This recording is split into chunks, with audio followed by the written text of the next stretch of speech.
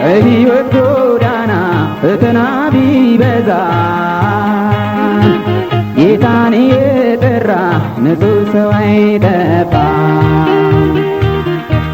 እጄን ያዘኝ ብሎ ሲጮህ ይሰማዋል። ከርግረት አውጥቶ በደዌ ይመራዋል።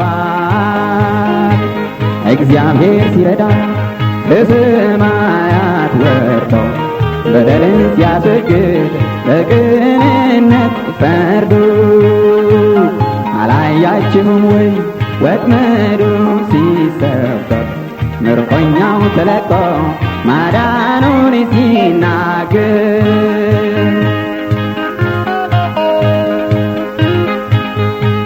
ችግረኛን ሊውጥ ጠላት ሲገዳደር በሚያስፈራራ ቃል በትዕቢት ሲናገር ደርሶ የሚታደግ እግዚአብሔር ብቻ ነው። በሰው መታመን ግን የከንቱ ከንቱ ነው። እግዚአብሔር ሲረዳ ከሰማያት ወርዶ በደልን ሲያስወግድ በቅንነት ፈርዶ አላያችሁም ወይ ወጥመዱ ሲሰበር ምርኮኛው ተለቆ ማዳኑን ሲናገር።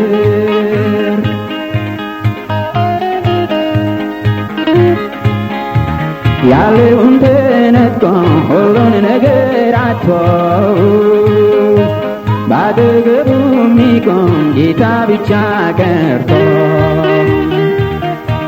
በእንግድነት ሀገር ተገፍቶ ለሚያልፈው ተስፋው መሰረቱ አምላኩ ብቻ ነው።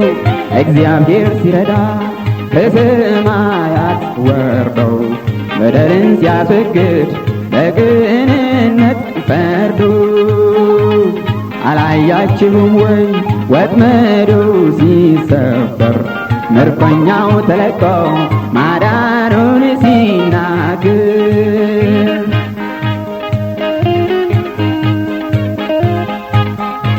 የቅዱሳን ረድኤት ከሰማይ ይመጣል። ዘመናትን ቆጥሮ ጌታ ይመለሳል።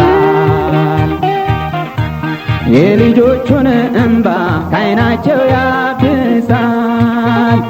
ክብርና ምስጋና ለስሙ ይሆናል።